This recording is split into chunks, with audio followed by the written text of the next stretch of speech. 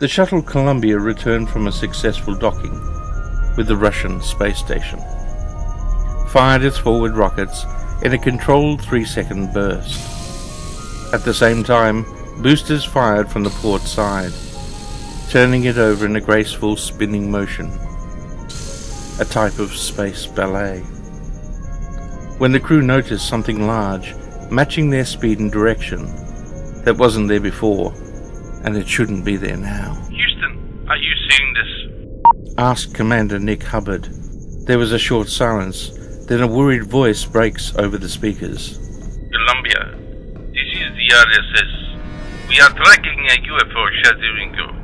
Can you confirm? This is Columbia, affirmative on the UFO RSS.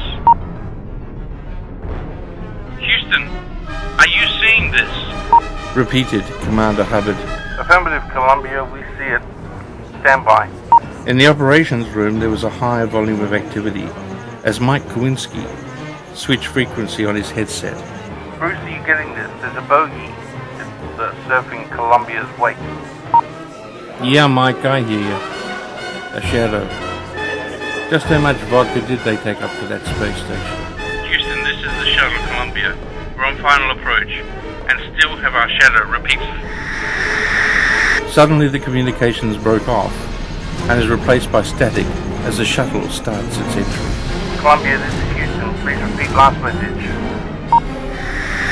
But there was no response. Soviet space station, this is Houston. You still have a visual on Columbia. Affirmative, Houston. The shuttle has started re-entry.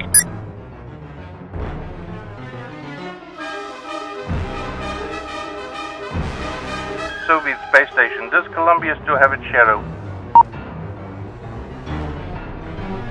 Affirmative, Houston. The shadow is... No, wait, is peeling off. Shadow move really fast. As Columbia skimmed the Earth's atmosphere, Mike attempted to contact the shuttle again without response. In years gone, re-entry caused an envelope in the ionized air around the craft.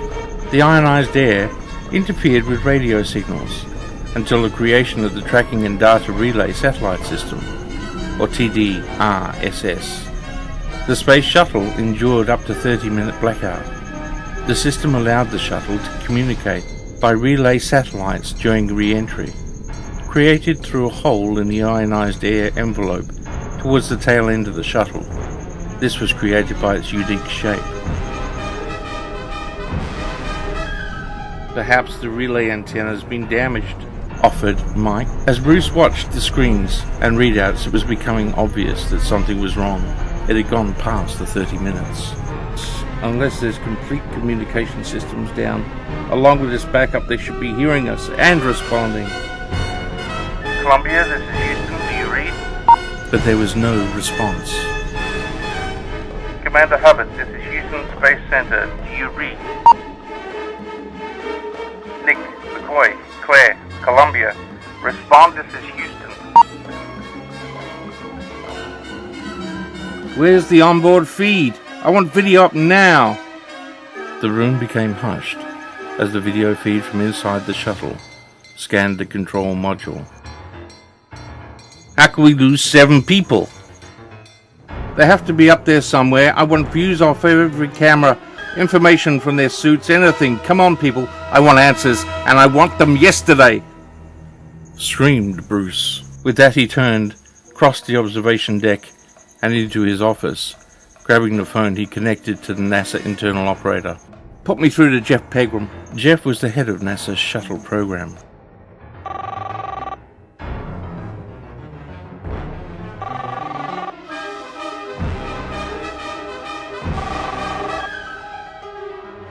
Yeah, Pegram. Jeff, it's Bruce. We need you at Ops. We've got a problem with Columbia.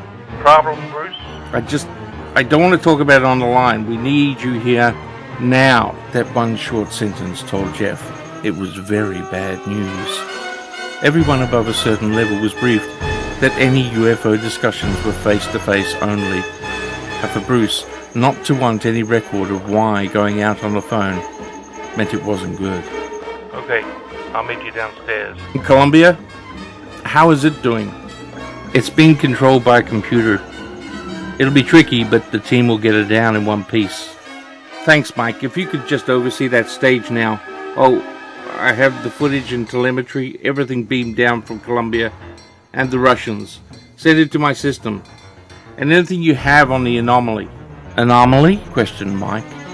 Bruce just gave Mike that not now look. You better send it to Ops TAC. If I need it, I'll be there. Mike nodded in agreement and left. Bruce grabbed the phone. Key personnel that had been summoned to the operations and tactical room waited speculatively for information. Bruce meets Jeff at the elevator. What's the short version, Bruce? They're gone, Jeff, said Bruce in a voice just above a whisper. You're not telling me they're dead? Jeff grappled with the concept of gone. No, they're missing.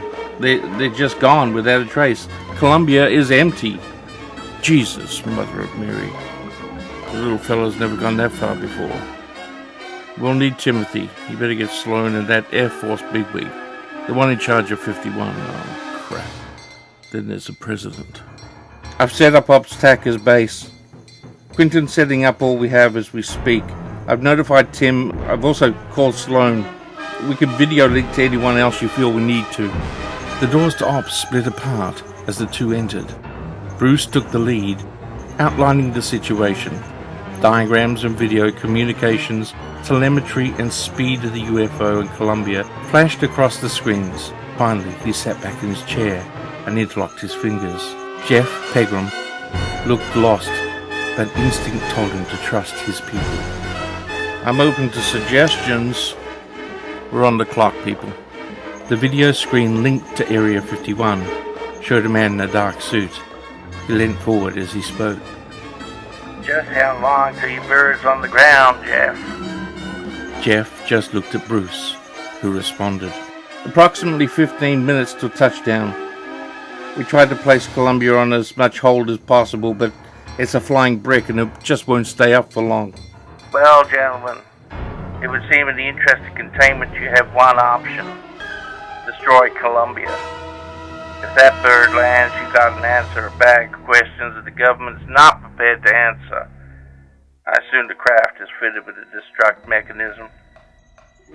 All shuttles are fitted with such devices, but shouldn't we consider bringing it down, going over it, possibly finding out what's happened? But even Timothy Trenton knew, as the words left his mouth, that wasn't practical, even if they wished it could be. What about an alternative site? Even if there was enough time, it wouldn't be hidden. Too many civilian tracking devices. We'd need to cover them all, and what would we say? What would we say happened to 7 people? I think we all know deep down what we have to do. Time is against us, and we need to act now. I suppose I should call the president. Jeff reached for the phone when the mysterious person on the video link interrupted. Leave the president to me. He'll be informed in good time. For now, we have more pressing issues. Looked over at Sloan, who had been sitting quietly. Find the safest possible spot and terminate the flight. Timothy, you can handle a press conference. Mike, we need a plausible response. Okay, people, we've got our work to do.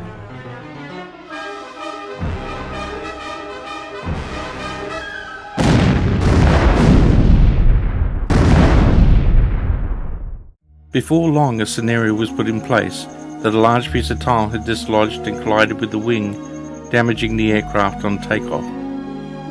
Tributes flowed from around the globe as a nation mourned.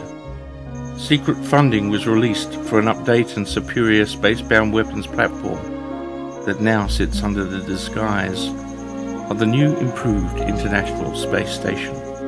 The memorial service was a spectacular event with live feeds from the White House and the Russian space station. Set up with NASA's help, the last people to see the astronauts alive on the station were setting up for their part in the service. Russian space station, this is Houston. Camera feed is looking good. Stand by to countdown. Affirmative, Houston. We are ready when you are. RSS, be advised you will be live to the world in 5, 4, 3, 2. It is with great sadness we join you in this time of tribute to 7 friends and colleagues, all of which we will miss. Not only the contribution to space exploration, but as... Stefan stopped mid-sentence. His pale look spread from him to his fellow crew. Soviet Space Station, this is Houston. Is there a problem? How can this be? He said nervously before NASA pulled the feed and the commentator made up some solar flare story, while NASA attempts to discover the reason for Stefan's sudden camera shock. RSS, we have you on visual. Is there a problem? Stefan and his crew were shocked by what they were seeing. All Stefan could get out was, They're back. All 7 of them are back.